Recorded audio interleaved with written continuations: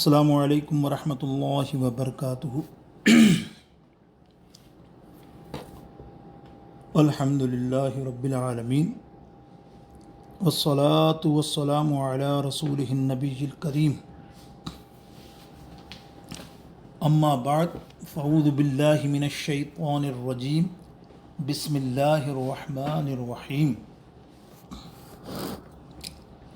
لا تعذروا قد کفرتم بعد ایمانکم ان نعف عن طائفة منکم نعذب طائفة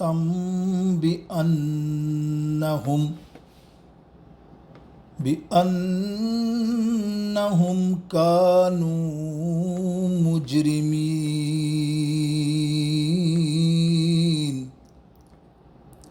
صدق اللہ مولانا العظیم۔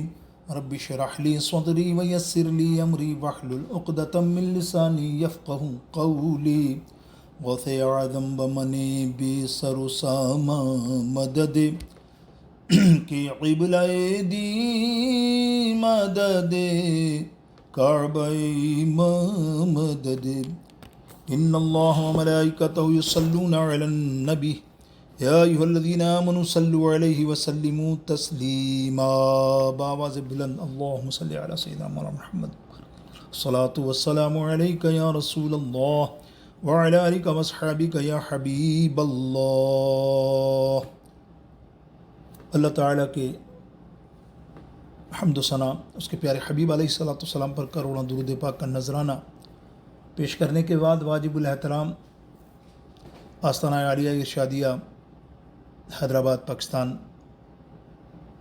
کے اندر چٹی شریف میں مرشد کی خواجہ صاحب کی جمع ہے۔ اس سلسلے میں ہر مہینے ماہانہ درس قرآن کی محفل سجتی ہے، اور اللہ رب العالمین سے دعا ہے یہ ہمیشہ قیامت تک سجتی رہے، آنے والوں پر رحمتیں نازل ہوتی رہیں، خوب ڈھیروں برکتیں آنے والے، سننے والے، شامل ہونے والے، سبحان اللہ کہنے والے سب کو اللہ عطا فرمائے۔ انشاءاللہ سورۃ توبہ کی آیت نمبر 66 کے تحت ترجمہ اور کچھ تفسیر انشاءاللہ تعالیٰ آج بیان ہوگی، لیکن اس سے پہلے تمام حضرات میرے ساتھ مل کر آقا دو جہاں حضور پر نور صلی اللہ تعالیٰ علیہ وسلم کی آمد کا مہینہ شروع ہونے والا ہے، اور ایک دعا آج ضرور کر لیجئے درس قرآن کے تحت کہ الحمدللہ میری ساری تقریباً 70% رکاوٹیں دور ہو گئی ہیں آپ تک آنے کے لیے، کہ اگلا درس میں آپ کے سامنے ہی لائیو دوں موجود ہو کے۔ بس کچھ تھوڑی سی معاملات ہیں 19-20، وہ انشاءاللہ تعالیٰ سرکار علیہ السلام کے صدقہ جلیلہ سے نیت صاف ہے ہماری، تو انشاءاللہ آپ لوگوں کے درمیان میں ضرور ہوں گا میں، اللہ نے چاہا تو۔ نیت تو یہ ہے میری انشاءاللہ، ابھی تک باقی زندگی اللہ کے ہاتھ میں۔ آئیے حضور علیہ السلام کی بارگاہ اقدس میں نذرانہ عقیدت پیش کرتے ہیں مل کر کچھ اشعار اعلیٰ حضرت کے۔ ماہ سفر اعلیٰ حضرت کا مہینہ ہے، اور انشاءاللہ تعالی امید ہے آستانہ عالیہ کے کارکنان، محبان، بزم رضا کے چاہنے والے جشن اعلیٰ حضرت کا یوم بڑے خوبی سے منائیں گے، اور آپ لوگ اور زیادہ تعداد میں یہاں جمع ہو کر اپنے امام، اپنے اس محسن کے یاد کو تازہ کریں گے، اس کے ذکر کو اور اس کے فضائل کو سنیں گے۔ آئیے سب مل کے پڑھیے صلی اللہ علیہ یا رسول اللہ وسلم علیک یا حبیب اللہ۔ پھر کے گلی گلی تباہ ٹھوکریں سب کی کھائیں کیوں، پھر کے گلی گلی تباہ ٹھوکریں سب کی کھائیں کیوں، دل کو جو عقل دے خدا، دل کو جو عقل دے خدا، تیری گلی سے جائیں کیوں پھر کے، گلی گلی تباہ ٹھوکریں سب کی کھائیں کیوں، اور رخصت قافلہ کا شور غش سے ہمیں اٹھائے کیوں، رخصت قافلہ کا شور غش سے ہمیں اٹھائے کیوں، سوتے ہیں ان کے سائے میں، بولو سوتے ہیں ان کے سائے میں، کوئی ہمیں جگائے کیوں پھر کے، گلی گلی تباہ ٹھوکریں سب کی کھائیں کیوں پھر کے، گلی گلی تباہ ٹھوکریں سب کی کھائیں کیوں، اور جان ہے عشق مصطفیٰ روز فزوں کرے خدا، جان ہے عشق مصطفیٰ روز فزوں کرے خدا، جس کو ہو درد کا مزہ، جس کو ہو درد کا مزہ، ناز دوا اٹھائے کیوں، دل کو جو عقل دے خدا، تیرے دل کو جو عقل دے خدا، نجدی دل کو جو عقل دے خدا، نصبی دل کو جو عقل دے خدا، تیری گلی سے جائیں کیوں، اور اب تو نہ روک اے غنی، عادت سگ بگڑ گئی، اب تو نہ روک اے غنی، عادت سگ بگڑ گئی، میرے کریم پہلے ہی، میرے کریم پہلے ہی لقمہ تر کھلائے کیوں، دل کو جو عقل دے خدا، تیرے دل کو جو عقل دے خدا، تیری گلی سے جائیں کیوں، دل، پھر کہو دل کو جو عقل دے خدا، تیری گلی سے جائیں، اور یاد حضور کی قسم غفلت عیش ہے ستم، غفلت عیش ہے ستم، یاد حضور کی قسم غفلت عیش ہے ستم، خوب ہے قید میں ہم، خوب ہے قید میں ہم، کوئی ہمیں چھڑائے کیوں، دل کو جو عقل دے خدا، تیری گلی سے جائے کیوں، اور ہے تو رضا، ہے تو رضا نرا ستم، جرم پہ گر لجائیں ہم، جرم پہ گر لجائیں ہم، ہے تو رضا نرا ستم، جرم پہ گر لجائیں ہم، کوئی بجائے سوز غم، کوئی بجائے سوز غم، ساز طرب بجائے کیوں پھر کے، گلی گلی تباہ، پھر کے گلی گلی تباہ ٹھوکریں سب کی کھائیں کیوں، دل کو جو عقل دے خدا تیری گلی یا رسول اللہ، تیری گلی سے جائیں کیوں۔ صلی اللہ تعالی علی آلہ وصحابہ وسلم، صلو علی الحبیب، بآواز بلند درود پاک کا نذرانہ۔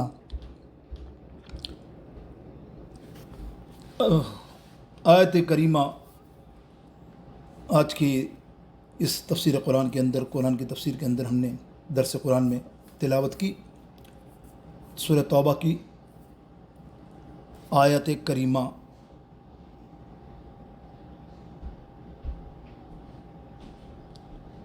جس میں اللہ اکبر، یا یوں کہوں میں اس سے پہلے کی آیات بھی اگر شامل کر لیں 65 اور 66 ملا کر، تو مفہوم یہ بنتا ہے کہ اللہ تعالیٰ ارشاد فرماتا ہے اگر آپ ان سے، یعنی ان کے مذاق اڑایا یہاں انہوں نے، جن لوگوں نے ان سے سوال کریں تو وہ ضرور یہ کہیں گے کہ ہم تو محض خوش طبعی کر رہے تھے۔ اس ضمن میں جو آیت کریمہ میں نے تلاوت کی کہ بہانے نہ بناؤ تم کافر ہو چکے ہو، ارشاد ہوا لا تعتذروا قد کفرتم، بہانے نہ بناؤ تم کافر ہو چکے ہو۔ مسلمان ہو کر اگر ہم تم میں سے کسی کو معاف کریں تو اوروں کو عذاب دیں گے، اس لیے کہ وہ مجرم تھے۔ کنز الایمان شریف کا ترجمہ، اس کا مفہوم یہ ہے کہ جو گستاخی کرتے ہیں اللہ و اللہ رسول کی، ان کے بارے میں یہ آیت کریمہ ہے، جس کی مختصر سی تفصیل ہم شروع کی 65 کی آیات سے بھی تھوڑا سا یہاں سے ہم لے لیتے ہیں تاکہ تھوڑا سا اور ہمیں واضح ہو جائے۔ یعنی نبی علیہ الصلاۃ والسلام کی شان میں توہین کا لفظ کہنا کفر ہے، خواہ توہین کی نیت ہو یا نہ۔ میرے آقا علیہ الصلاۃ والسلام کے مذاق اڑانے والے منافقین کے متعلق امام ابن جریر، آپ متوفی ہیں 310 ہجری کے، آپ نے روایت بیان کی کہ حضرت عبداللہ بن عمر رضی اللہ تعالیٰ عنہ بیان کرتے ہیں کہ غزوہ تبوک کے ایک مجلس میں ایک شخص نے کہا ہمارے قرآن پڑھنے والے بڑے، یعنی ہمارے تنزیہ، ہمارے قرآن پڑھنے والے جتنے پیٹ کے حریث ہیں نا اور جتنی باتوں میں جھوٹے ہیں نا نعوذ باللہ، وہ مقابلے کے وقت سب بزدل ہو جاتے ہیں۔ اتنے میں کسی نے دیکھا اس مجلس میں سے دوسرے شخص نے، تو اس نے کہا تم نے جھوٹ بولا ہے، تم منافق ہو، میں آقا علیہ السلام کو اس کی اطلاع دوں گا، خبر دوں گا۔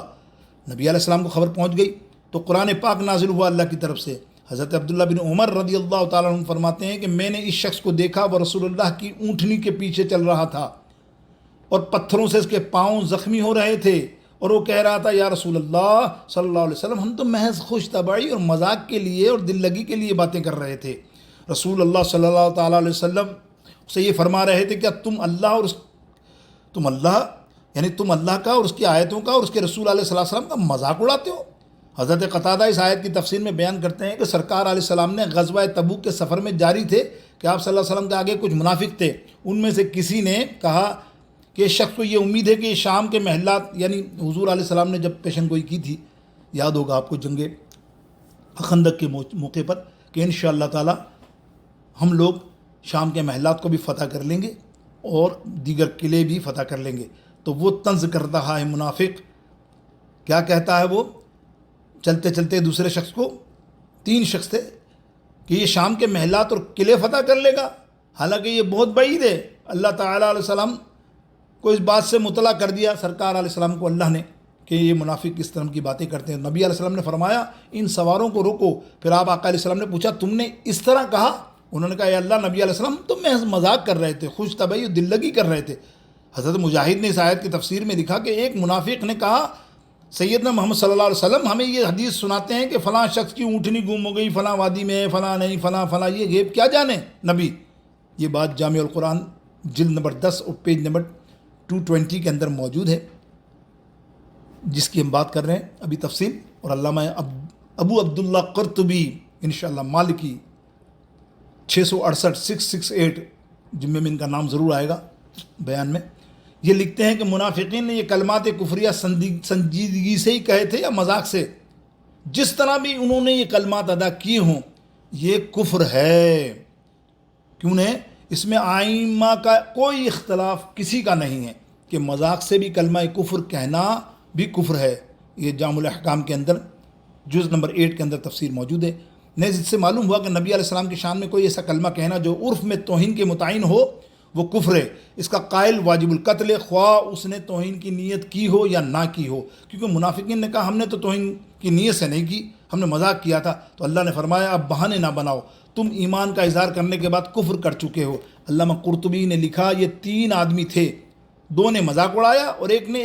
ان کی بات کا اظہار کا ہنسا اڑایا، ہنسی کی، یعنی 3 انوالو ہو گئے۔ ایک آدمی نے برائی نہیں کی، وہ ان کی بات سن کے ہنسا۔ سنو یہ بات غور سے، وہ صدق دل سے نادم اور تائب بھی ہوا ہے بعد میں، وہ جو ہنسا تھا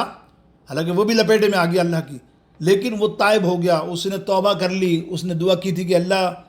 مجھے معاف کر دے، اور بس اگر تو نے معاف کر دیا تو مجھے شہادت کی موت عطا فرما دے، تو اللہ اکبر، اور میری قبر کا کسی کو پتہ نہ چلے۔ وہ جنگ یمامہ میں وہ بندہ شہید ہوا صحابی، اور مذاق اڑانے والے اور کفر باقی جو تھے 2 وہ قائم رہے نفاق اور کفر پر اور مستحق عذاب ہوئے۔ یہ تو میں نے آپ کو ایک شروع کا جائزہ دیا، لیکن جو آج آیت کریمہ ہم نے تلاوت کی نا اس ضمن میں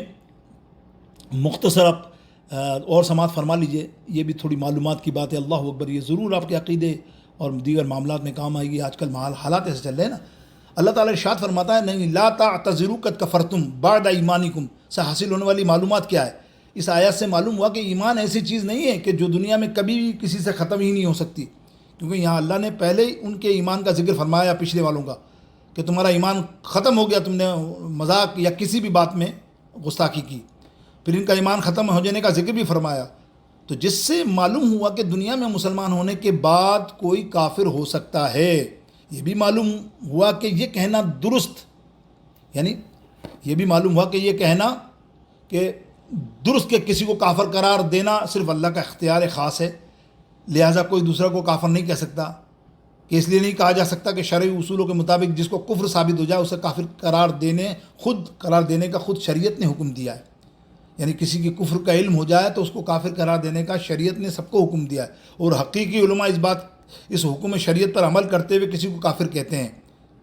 اگر یہ پابندی عائد کر دی جائے کہ کوئی اللہ تعالیٰ کے بارے میں، اس کے حبیب علیہ السلام کے بارے میں، اس کی مقدس کتاب قرآن مجید کے بارے میں، اس کے پسندیدہ دین اسلام کے بارے میں کوئی توہین آمیز کلمات کہے یا کتنی برے افعال کے ذریعے ان کی توہین کرے یا دیگر ضروریات دین کا انکار کرے تو اسے کافر نہ کہا جائے، کیونکہ اسے کافر قرار دینے کا اختیار صرف اللہ تعالیٰ کے پاس ہے۔ تو پھر حضرت عمر فاروق نے نبی علیہ السلام کے فیصلے سے راضی نہ ہونے والے جس منافق کا سر اڑایا، اور اس کے بعد حضور علیہ السلام نے فرما دیا کہ حضرت عمر نے کسی مومن کو قتل نہیں کیا، پھر اس کی تائید میں اللہ تعالیٰ نے بھی قرآن پاک نازل فرمایا، تو کیا یہ اللہ تعالیٰ کا نعوذ باللہ حق چھینا ہے؟ یہاں پایا جانا ثابت ہوتا ہے کہ عمر نے تن سے جدا کر دیا تھا سر جس کا، ارے وہ اپنا ہے کہ پرایا، حضور جانتے ہیں وہ اپنا ہے کہ پرایا، حضور جانتے۔ آگے سنو، اس طرح صحابہ کرام کے زمانے میں زکوٰۃ کا انکار کرنے والوں کو مرتد قرار دے دیا گیا، ان کے خلاف جو جہاد ہوا، وہ مسلمان ہونے کے بعد نبوت کا دعویٰ کرنے والے، یہ بھی آپ نے سنا نا، ان کے خلاف تو کیا جو جہاد کیا، کیا صحابہ کرام کو معلوم نہیں تھا کہ انہیں کافر قرار دینے کا اختیار صرف اللہ کے پاس ہے، اور انہیں کافر قرار دے کے ان کے پاس خلاف جہاد نہیں کر سکتے؟ افسوس فی زمانہ مسلمان یہ یوٹیوب اور یہ جتنے میڈیا کے نام نہاد بیٹھے ہیں جہلمی اور جہنمی، یہ اس قسم کی باتیں پھیلاتے ہیں اور دین کو استغفر اللہ بدنام کرتے ہیں۔ یاد رکھیے فی زمانہ مسلمان ہونے کا دعویٰ کرنے کے باوجود دین سے بیزار طبقے کی ایسی مت ماری گئی ہے اور ایسا نظریہ پیش کر رہے ہیں جیسے اگر درست مان لیا جائے تو پھر قرآن اور حدیث مبارک میں مرتد ہونے والوں کے بارے میں جو احکام بیان کیے گئے نا، ان کی جو تفصیلات فقہاء کرام اپنے زمانے سے اپنی کتابوں میں لکھتے آئے، یہ سب کالعدم قرار ہو جائیں۔ اللہ نے انہیں عقل سلیم عطا فرمائے، اللہ ان کو سمجھ عطا فرمائے۔ یہاں اس بات کا خیال رکھنا بھی بہت ضروری ہے، کسی فرد معین کو کافر قرار دینا بہت ہی سنگین معاملہ ہے، جب تک کہ کیا کہا کہ جب تک کسی شخص سے صادر ہونے والے قول و فعل کی بنا پر اسے کافر قرار دینے کے تمام تر تقاضے پورے نہ ہو جائیں۔ اب ذرا سی بات تو کوئی ایسا نہیں کہ دشمنی میں یا کسی بات پہ خواہ کافر کہہ دے، جب تک تصدیق نہ ہو جائے اور علماء اس کی تصدیق نہ کر لیں۔ یہاں تک کہ علماء نے فرمایا کہ کسی شخص کے کلام میں 100 پہلو ہوں، ان میں سے 99 پہلو کفر کے ہوں، صرف ایک پہلو اسلام کا ہو، تب بھی اس کے پہلو کی رعایت کرتے ہوئے اس شخص کو کافر قرار نہیں دیں گے۔ یاد رکھیے، جب تک وہ اپنی مراد خود متعین نہ کر لے کہ اس نے یہ جملہ کہا ہے۔ سورہ توبہ کی جو آیت 66 تلاوت ہوئی، اس کا ایک مسئلہ ہوئی اور سلامات فرما لی آخر میں۔ اس آیت سے معلوم ہوا کہ جس شخص نے حضور علیہ الصلوۃ والسلام کی شان اکرام میں شرعی عذر کے بغیر کلمات کہے جو عرف میں توہین و گستاخی کے متعین ہوتے ہیں، تو وہ نیت اور عدم نیت کے فرق کے بغیر قضا اور دیانتاً دونوں طرح کافر ہیں، مذاق میں کہیں ہو یا کسی بھی طرح کہیں ہو یا نیت نہ بھی ہو۔ امام اہل سنت اعلیٰ حضرت عظیم المرتبت فرماتے ہیں اس مذکورہ بالا آیات کے 3 فائدے حاصل ہوئے۔ اول یہ کہ جو رسول اللہ کی شان میں گستاخی کرے وہ کافر ہو جاتا ہے، اگرچہ کیسا ہی کلمہ پڑھتا ہو، ایمان کا دعویٰ کرتا ہو، کلمہ گوئی سے ہرگز اسے کفر سے نہیں بچائے گی۔ دویم، جو بعض جاہل کہتے ہیں کہ کفر تو دل سے تعلق ہے کفر کا، نہ کہ زبان سے، جب وہ کلمہ پڑھتا ہے تو اس کے دل میں کفر ہونا معلوم نہیں، تو ہم کس بات کے سبب اسے کیوں کافر کہیں؟ محض خبط اور نری جھوٹی بات اور جہالت ہے۔ اسی لیے یوں کہنا کہ دل کا، یعنی جس طرح سے زبان سے کلمہ پڑھنے والے مسلمان کا، یعنی زبان سے گستاخی کرنے کو کافر کہا جائے، جب اسے گستاخی کرنا بغیر اقرار شرعی ہے تو اللہ کے نزدیک بھی کافر ہو جائے گا، اگرچہ دل میں اس کی گستاخی کا معتقد نہ ہو کہ وہ بے اعتقاد گستاخانہ کلمہ کہنا ہزل ہے۔ اس پر رب العزت فرما چکا ہے کہ تم کافر ہو چکے ہو اپنے ایمان کے بعد۔ اس میں مطلب بہت ساری معاملات ہیں، دیکھیں اس سے مذاقن یہ ساری چیزیں آتی ہیں نا جو ہم گفتگو میں کرتے ہیں، گانے بجانے سنتے ہیں الٹے سیدھے اور اس کی تائید میں واہ واہ کرتے ہیں اور سنتے جاتے ہیں، تو پھر آپ وہ بھی سوچئے کہ آپ کو بھی اس کی تجدید کرنی پڑے گی، کیونکہ یہ سارے کفریہ کلمات ہیں۔ سوئم، کھلے ہوئے لفظوں میں عذر تعویل میں مسموع ہے نہیں۔ آیت فرما چکی کہ ہیلا نہ گڑو، کوئی بہانے نہ کرو، میں نے یوں تھا تو یوں ہو گیا، میری طبیعت خراب تھی، میرا غصہ تھا، میں یوں ہو گیا ہوں، تو اس وقت میرا موڈ صحیح نہیں تھا، یا لا حول ولا قوت، جو معاملہ ہو، ہیلا نہ کرو، تم کافر ہو گئے۔ فتاوی رضویہ جلد نمبر 15 پیج نمبر 172۔ ایک اور مقام پر فرماتے ہیں جو بلا اکراہ کلمہ کفر بکے بلا فرق نیت مطلقاً قطعاً یقیناً اجمن، وہ کافر ہے۔ اس پر فقہائے کرام کی جزیات بیان کرتے ہوئے فرماتے ہیں کہ فتاوی امام قاضی خان اور فتاوی عالمگیریہ میں ہے، رجل کفر بلسانۃ تعی وقلبها مطمئن بالایمان یکون کافر ولا یکون عند اللہ تعالی مؤمنا۔ ایک شخص نے زبان سے حالت خوشی میں کفر کا اظہار کیا، حالانکہ اس کا دل ایمان پر مطمئن تھا، تو وہ کافر ہے، وہ اللہ تعالیٰ کے یہاں مومن نہیں ہے۔ یہ فتاوی عالمگیری کے میں نے آپ کو حوالے بھی دے سکتا ہوں، بہت سارے حوالے ہیں، اور فتاوی قاضی خان میں بھی ہے اور دیگر کتب کے اندر، اور باب ہے اس کا کتاب الیسیر، کتاب التاسع۔ امام حاوی میں ہے، تفسیر حاوی میں ہے کہ من کفر باللسان وقلبہ مطمئن بالایمان فہو کافر ولیس بمؤمن عند اللہ تعالی، جس نے زبان سے کفر کیا حالانکہ اس کا دل ایمان پر مطمئن تھا تو وہ کافر ہے، اور اللہ تعالیٰ کے یہاں بھی وہ مومن نہیں۔ میرے دوستوں بزرگوں، اللہ رب العالمین جل شانہ، یہ چیزیں بہت نازک ہیں۔ ہمیں صدر الفاضل، آخر میں ایک بات بتا دوں، صدر الفاضل مفتی محمد نعیم مراد آبادی رحمۃ اللہ تعالیٰ علیہ فرماتے ہیں کہ اس آیت سے ثابت ہوا کہ رسول اللہ صلی اللہ علیہ وسلم کی شان میں گستاخی کفر ہے، جس طرح سے بھی ہو، اس میں کوئی عذر قبول نہیں۔ خزائن العرفان تفسیر سورۃ توبہ۔ یاد رہے کہ اس آیت میں واضح طور پر بتا دیا گیا ہے کہ نبی علیہ السلام کی گستاخی اگرچہ مذاق میں بھی ہو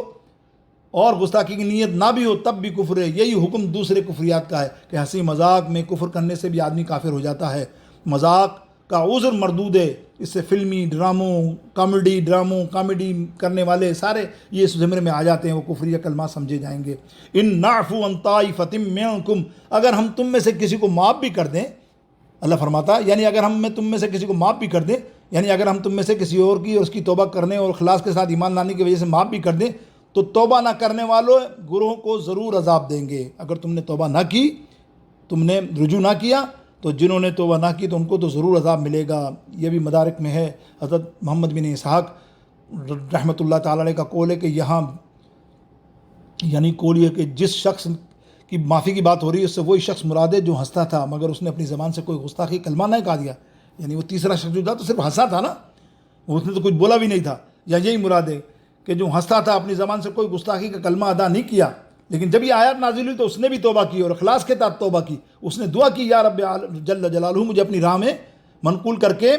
یعنی مقتول کر کے ایسی موت دے کہ کوئی یہ کہنے والا نہ کہے کہ میں نے غسل دیا، میں نے کفن دیا، میں نے دفن کیا. چنانچہ ایسا ہی ہوا، جنگ یمامہ میں وہ شہید ہوئے، ان کا پتہ ہی نہ چلا. ان کا نام تھا حضرت یحییٰ بن حمیر اشجعی رضی اللہ تعالیٰ عنہ تھا. چونکہ انہوں نے حضور علیہ السلام کی بدگوئی سے زبان روکی تھی نا، اسی لیے انہیں توبہ اور ایمان کی توفیق ملی. تفسیر خازن. اللہ تعالی جل جلالہ عما والہ ہماری آج کی جو مختصر گفتگو ہے اللہ تعالیٰ اس کو کارآمد بنائے اور ہم سب کو اس پر عمل کی خاص توفیق نصیب فرمائے. دعا کیجیے آخر کے اندر اللہ تعالیٰ ہماری اس درس قرآن کی محفل کو بارگاہ اقدس میں قبول فرمائے، آستانہ عالیہ کو عروج عطا فرمائے. مجھ گناہ گار کے آمد کے سلسلے کو دعا کیجیے آج آمین کہ آپ کے سامنے موجود ہوں، اور وہ جو تبلیغ کا سلسلہ اللہ نے میرے ذمہ ڈالا ہے اس کے حبیب کے صدقے، غوث اعظم کے صدقے، وہ دوبارہ جاری ساری ہو. اللہ صحت دے. اللہ میری جو مشکلات ہیں آنے والی ظاہر ہے بہت ساری ہیں، اللہ سب کو دور فرمائے. اللہ تعالیٰ آپ میں بھی محبت اور جذبہ عطا فرمائے کہ ہمارے پروگراموں میں آپ شامل ہوں اور دیگر جتنے معاملات ہیں سب میں شامل ہوں. اللہ تعالیٰ آپ سب کا بیڑا پار فرمائے، آستانہ عالیہ کی خیر ہو، عروج عطا فرمائے. خاص کر کے ثاقب بابا کی عمر دراز ہو، شعیب بابا کی عمر دراز ہو، صحت کاملہ عاجلہ ہو. اللہ رب العزت حضور سرکار مدینہ صلی اللہ تعالیٰ علیہ وسلم کے وسیلہ جلیلہ سے سیدنا پیر سخی ارشاد علی بابا علیہ رحمۃ الرضوان کے آج چھٹی شریف کے فاتحے میں اور خواجہ غریب نواز کے فاتحے میں اللہ ان کے درجات کو بلندی عطا فرما. ان کے فیض و کرم سے جتنے حاضرین یہاں موجود ہیں سب کے بیڑے پار فرما. وصلی اللہ تعالیٰ علی خیر خلقی و نور عرشی قاسم رزقی سیدنا و حبیبنا و طبیبنا مولانا محمد و علی وصحابہ اجمعین برحمتک یا ارحم الراحمین.